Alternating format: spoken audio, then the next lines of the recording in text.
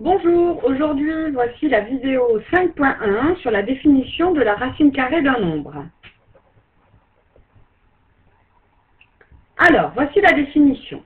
Déjà, prenons un nombre A, une lettre A, qui représente un nombre positif. La racine carrée d'un nombre petit a est le nombre positif dont le carré est A. Alors, un petit rappel, le carré d'un nombre est égal au produit de ce nombre par lui-même. Par exemple, le carré de 6 au carré, noté ainsi avec un petit 2 en haut à droite, est bien égal au produit de 6 par lui-même, 6 fois 6. Le carré de 6 est donc 36.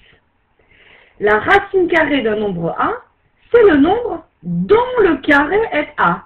C'est-à-dire, autrement dit, avec la notation mathématique, la racine carrée du nombre A, lorsque je l'élève au carré, eh bien je retombe sur A. Racine carrée de A multipliée par elle-même est égale à A, tout en faisant bien attention à ce que A soit un nombre positif. Sa racine carrée sera aussi forcément un nombre positif. Par exemple, prenons la racine carrée du nombre 25. La racine carrée du nombre 25 est égale à 5, car le carré de 5 est 25. Donc en prenant la racine carrée de 25, je retombe sur le nombre dont le carré est 25, 5. La racine carrée de 5, en revanche, est égale à environ 2,236. Ceci signifie que si je prends cette valeur et que je la mets au carré, je retomberai sur 5. Mais ce n'est qu'une valeur approchée, nous y reviendrons plus tard. La racine carrée de 81 est égale à 9, car 9 au carré est égal à 81. 9 fois 9, 81. Remarque, le symbole noté comme ceci, comme un grand V, on va dire, avec une barre comme ça qui recouvre le nombre, s'appelle radical, ou bien tout simplement racine, racine carrée. Attention, deuxième remarque, on ne peut pas calculer la racine carrée d'un nombre négatif.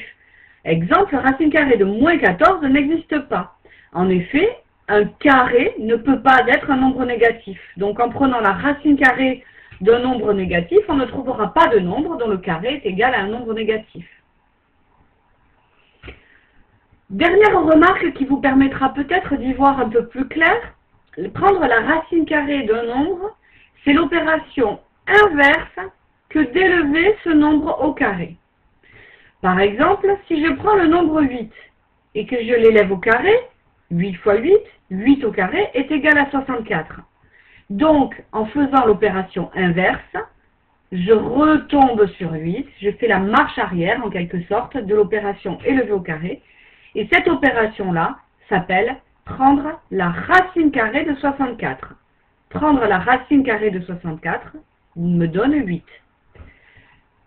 Autrement dit, de façon moins imagée, on va dire, 8 au carré est égal à 64, donc 64 est le carré de 8, et donc, racine carrée de 64 est égale 8, c'est-à-dire que 8 est la racine carrée de 64. Pour écrire ce symbole dans une expression mathématique, et puis pour s'en servir dans les calculs, il faut bien comprendre deux choses. Lorsque la racine carrée d'un nombre est un nombre entier, donc ça c'est très pratique, on dit que ce nombre est un carré parfait. Et on peut calculer sa racine. Par exemple, racine carrée de 49, je peux facilement le calculer, c'est égal à 7. 7 étant un nombre entier, 7 fois 7 égale 49, racine carrée de 49 est donc égale à 7, on peut dire que 49 est un carré parfait. Alors des carrés parfaits, il y en a plein. 25, on l'a vu précédemment. 36 est un carré parfait. 49 est un carré parfait. 64 est un carré parfait. 81 est un carré parfait. Même 100 est un carré parfait. Et il y en a plein d'autres après. Malheureusement, dans certaines situations, le nombre A, le nombre que l'on va essayer, n'est pas forcément un carré parfait. Donc lorsque le nombre n'est pas un carré parfait, on gardera dans les calculs la valeur exacte, écrite racine carrée de A, avec le symbole radical, plutôt que d'utiliser une valeur approchée. Par exemple, le nombre 2 n'est pas un carré parfait. parce que racine carrée de 2 ne tombe pas exactement sur un nombre entier. Et c'est même pire, on tombe en faisant racine carrée de 2 avec la calculatrice sur une valeur qui comporte une infinité de décimales et qui sont toutes écrites sans aucune répétition, sans aucun ordre, sans aucun schéma. On dit que ce nombre est un nombre irrationnel.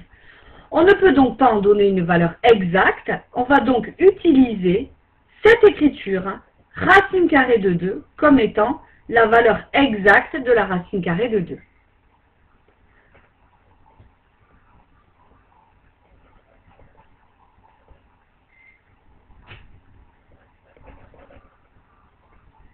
Voilà, cette vidéo est terminée. Merci de répondre au questionnaire. Laissez à la suite et n'oubliez pas de l'envoyer. Au revoir.